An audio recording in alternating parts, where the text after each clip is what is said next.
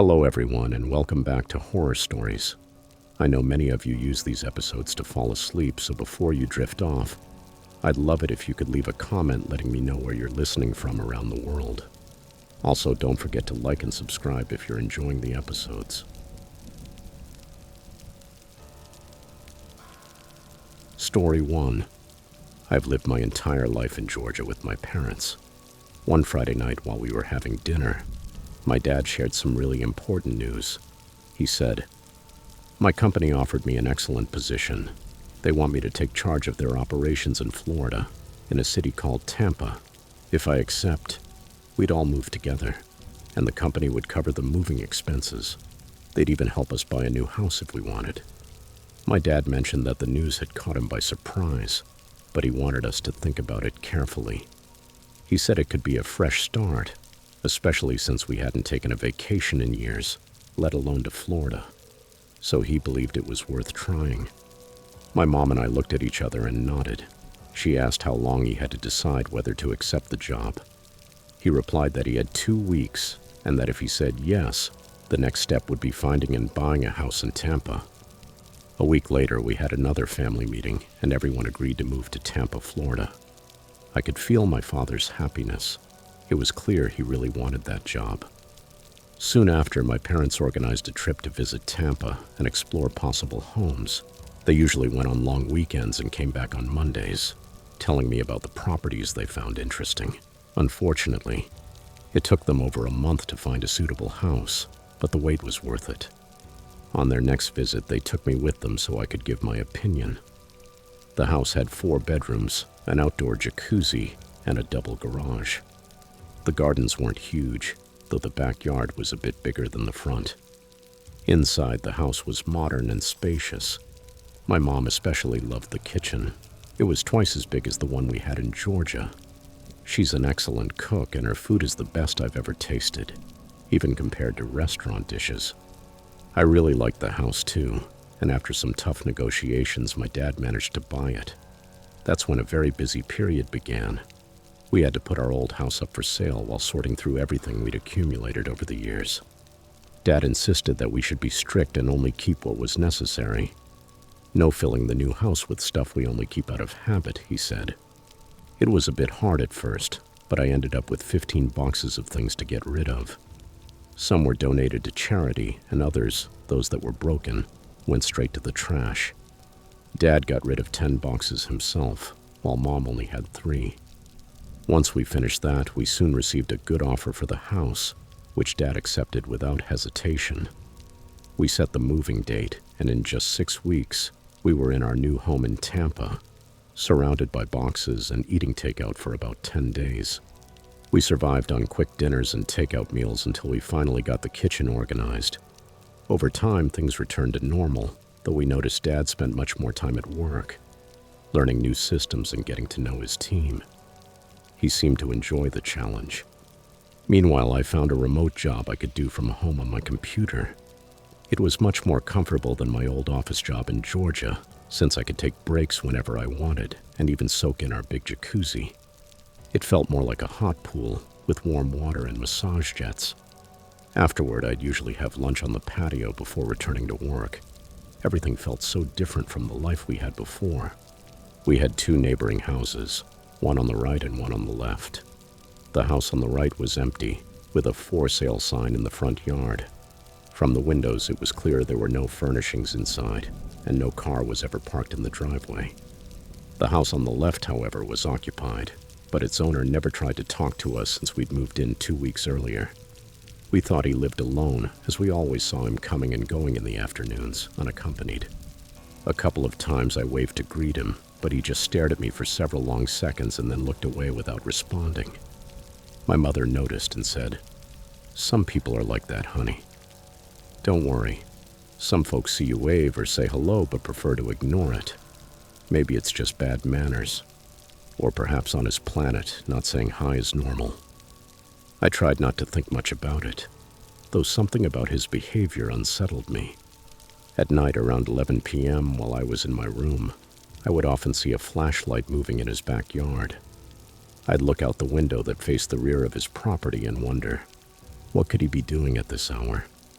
Several times I watched the light move toward the back of the yard and then suddenly turn directly toward my window. In those moments, I'd quickly duck down and hold my breath, my heart pounding. I couldn't understand how he knew I was watching. My room was always dark and I barely peeked out. When I looked again, the light would already be gone, with no sign of him.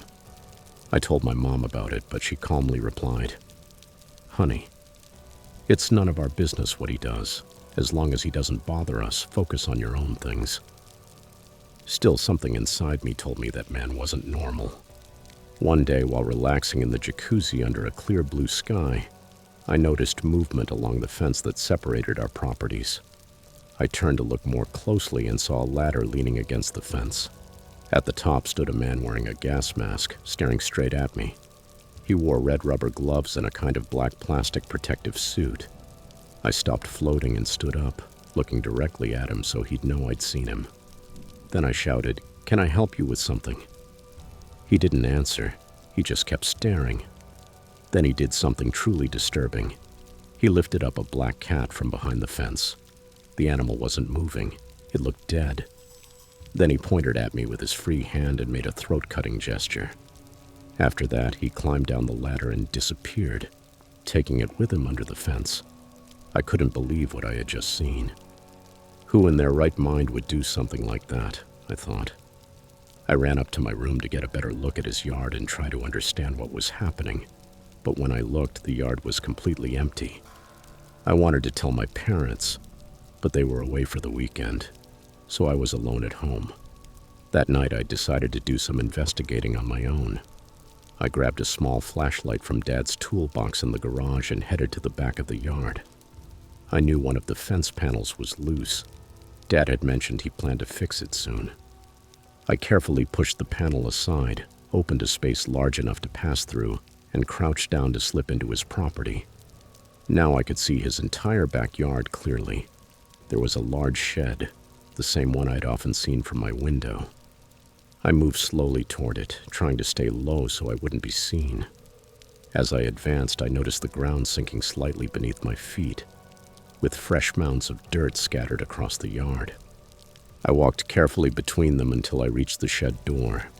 It wasn't locked, so I turned the knob. It opened easily. As soon as I opened the door, a horrible stench hit me. I turned on the flashlight and began to illuminate the inside. The first thing I saw was a large table in the center, with a thick wooden board on top, like a butcher's block. It was stained with fresh blood, even on the edges. I moved the light to the floor and saw large red stains around and beneath the table. On the back wall hung an entire row of knives and machetes gleaming under the beam of my flashlight. Then the light fell on something that made me hold my breath. A row of meat hooks, and hanging from them were small cats and dogs, all dead. This guy is completely sick, I thought in horror. On the rear wall there were also several pentagrams drawn. At first I thought they were painted with red paint, but as I got closer, I realized it was blood. There was no doubt. The man was performing some kind of dark ritual, sacrificing innocent animals. And the most terrifying thing was that this monster was my neighbor. Suddenly I saw a light approaching from the shed's door. It can't be. He's coming back, I thought in panic. I quickly turned off my flashlight and crouched out of the shed, closing the door behind me silently. I crawled through the bushes to the loose fence panel, opened it carefully, slipped back into our yard, and closed it again. I ran as fast as I could to the house, went in through the patio door, and locked it. I grabbed my phone from the table and dialed 911, shaking. But before they answered, I looked up and saw the man walking through our yard, holding a butcher knife in one hand. This time he was dressed entirely in black. When the operator picked up, I screamed desperately, "There's someone with a weapon trying to break into my house." As I spoke, I heard the sound of the patio glass shattering.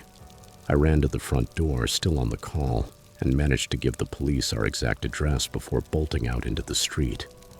That's when I realized the car keys were hanging by the back door, right where he had come in. So I had no choice but to run on foot. I sprinted down the street, and when I looked back, I saw his figure standing in the doorway watching me. Suddenly, a police car came speeding around the corner and nearly hit me. I waved my arms to stop them and explained through sobs what was happening. The officers entered the property to arrest him, but the man attacked them with the knife, injuring one of them. Finally, the police had to shoot him, and he died right there in the front yard. Later, during the investigation, the officers discovered more than 40 animal graves in his backyard. They also found ritual books and strange objects related to occult practices. In addition, they uncovered information about an open case, the disappearance of his mother, which had occurred 4 years earlier. That episode left a deep mark on me. Living next to strange neighbors might seem harmless, but sometimes you never truly know what kind of people are around you until it's already too late.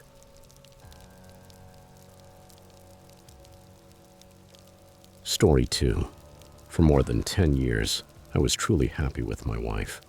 We lived in New York all that time, and before that, we had met at a work meeting. After a few months of seeing each other on different projects, we began dating.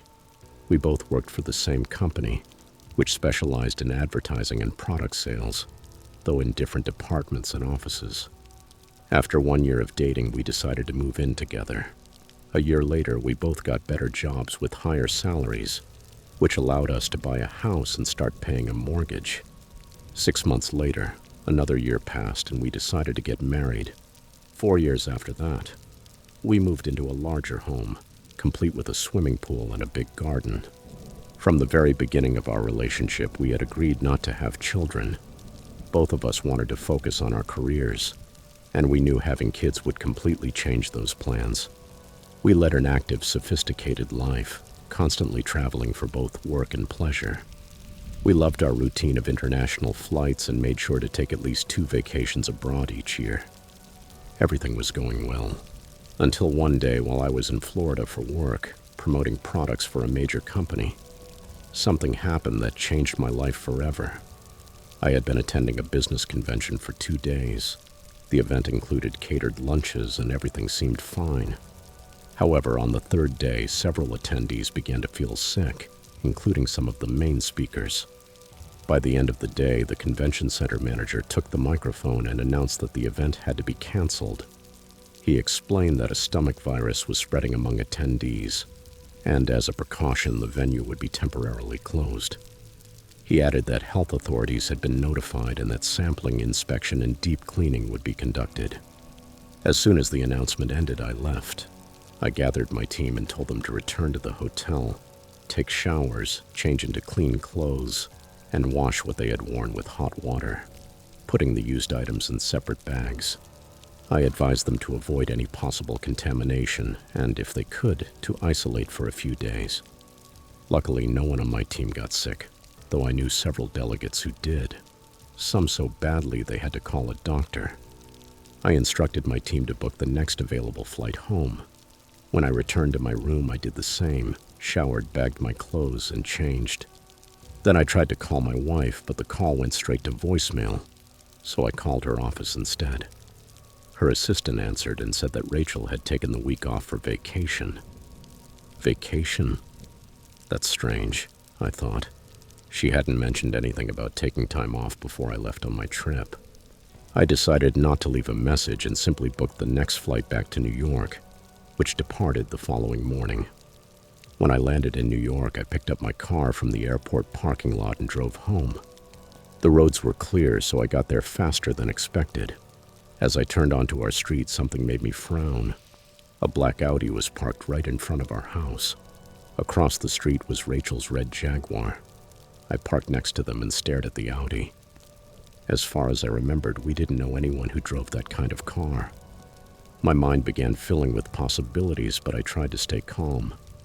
I unlocked the front door and stepped inside. The house was silent, until my eyes landed on the clothes scattered across the floor. Rachel's clothes, and among them, a man's jacket. A knot formed in my stomach. I ran upstairs, my heart pounding in my chest. When I burst into our bedroom, there she was, Rachel in bed with a stranger. She screamed in shock, and the man jumped up, fumbling for his pants while stammering an apology. I didn't hear a word. All I saw was red. I lunged at him, grabbed him by the neck, and dragged him to the door, throwing him out of the room. He stumbled down the stairs and bolted out the front door, running to the Audi and driving away with screeching tires. Rachel sat on the bed, trembling, clutching the sheets to cover herself. I stared at her, rage, pain, and betrayal burning inside me. "Why did you ruin everything like this?" I shouted. She started crying, begging me to listen, but there was nothing left to say. Deep down, I knew our marriage had ended in that moment. 3 months later, we were divorced. We sold the house and split the money. I quit my job at the old company. I needed to leave New York, and everything that reminded me of Rachel behind. I used my contacts to find a new job in Virginia, and soon after, I found a smaller house with 3 bedrooms, a modest yard, and a tiny pool, though big enough for one person. The real estate agent told me the owner wanted to sell quickly, so I made an offer that was accepted right away. That was perfect since I'd been living in a hotel for 3 weeks. I coordinated the move from New York, and 6 weeks later, on a Saturday at 10 a.m., I received the keys. The moving truck arrived on time, and by 3 p.m. they were gone. I was alone, surrounded by boxes stacked everywhere, sitting on the living room couch. From the window, I looked out at the trees in the backyard, trying to process my new life. At 5 in the afternoon, I went outside with a cup of coffee. The pool water was green and clearly unclean, so I knew I'd have to call someone for maintenance. A shame. I had wanted to swim that very night. Tired from the moving day, I made a quick microwave dinner, opened a bottle of red wine, and ate in front of the TV. After a couple of glasses, I fell asleep on the couch. Suddenly, I woke up with a start. I didn't know why. Everything was silent. I sat up, confused, until I noticed the motion light in the yard had turned on. I went to the large living room window. The light illuminated everything: the grass, the trees in the back, and the pool water reflecting the glow. But then I saw something strange. The water was moving. Gentle ripples crossed the surface, as if something or someone was in it. I thought maybe an animal had wandered into the yard and fallen into the pool, triggering the sensor light. So I decided to go check. I opened the patio doors and walked toward the pool. There were small puddles of water along the edge, as if something wet had climbed out. But when I looked into the pool, the water was still again, barely shifting with the night breeze. No sign of an animal. Still, those puddles didn't make sense. Maybe it got out and ran away, I thought. I went back inside, locked up, and went to bed. I don't know how much time had passed when my bed began to shake. "What the hell?" I muttered. I turned on the bedside lamp and looked around. No one was there. Everything was calm. Then I heard it, a splash from the yard. I ran to the window, and right then the motion light came on again. From above, I could see the pool clearly, and a small head surfacing in the water. Probably some neighborhood kid pulling a prank, I thought. I dressed quickly, ran downstairs, and dashed into the yard. The pool was churning with ripples, but no one was there. Only more puddles near the edge, this time forming a faint, wet trail across the grass. I followed the damp path with my flashlight until it faded away at the back of the property. Nothing made sense. As I turned to head back, I heard a sound, a scraping noise like something clawing at wood or metal. I froze and turned in place, scanning the dark yard, but saw nothing. The sound stopped for a few seconds, then returned, louder, more frantic. That's when I realized where it was coming from: the old well at the back of the property. I ran toward it. The well was covered with a wooden lid nailed down with thick metal spikes. I crouched to listen, and the noise returned, now joined by a faint, trembling voice. "Please," it whispered. My heart raced. I tried to lift the cover with my hands, but it wouldn't budge. So I ran to the garage, grabbed a crowbar and a flashlight, and hurried back. The scratching was now desperate, almost panicked. I wedged the crowbar under one side and pushed with all my strength. The wood creaked, then suddenly split in two, flying apart. At that instant, a nauseating stench rose from the well. I covered my mouth with my arm and stepped back. When I looked again, I saw the underside of the lid, covered in deep claw marks, hundreds of them, as if something or someone had tried to claw their way out. A shiver ran down my spine. What happened here? Who or what was trapped in there, I thought. I turned on the flashlight and pointed it downward. The well was deep, but the beam reached the bottom. I could make out an old teddy bear, some pieces of clothing, and something white floating in the water. As I watched, I suddenly felt a presence beside me. I turned slowly, and a small icy hand grabbed mine. I screamed, but within a second, no one was there. I spun the flashlight in every direction, but the yard was empty. Shaking, I ran back to the house and called the police. I told them I thought I had found a body in the well. The next morning, around 10 a.m., officers and a forensic team arrived. After several hours of work, they confirmed my suspicions. They had found the remains of a little girl, estimated to be around 11 years old. Days later, investigators told me what they had discovered. It turned out that the previous owners of the house had been foster parents who had cared for a girl for 2 years, until one night she disappeared without a trace. The foster father had claimed the girl was kidnapped, but police never found evidence or suspects, and the case went cold. 4 months after her disappearance, both foster parents were found dead in their bedroom, victims of an overdose. During that investigation, the girl's skull was found, with a fracture on the left side, leading police to believe she had been fatally struck and her body thrown into the well. However, records showed that the well had already been sealed at the time of her disappearance, so it was never inspected. One of the officers asked me, "Why did you go to the well in the middle of the night?" I stayed quiet for a few seconds, thinking of how to answer without sounding insane. Finally, I said, "I don't know. I just had a feeling. Something told me there was something strange down there." The officer raised an eyebrow, then nodded and said, "All right, let's leave it at that." From that day on, nothing strange ever happened in the house again. But there's one thing I did do. I left the well uncovered.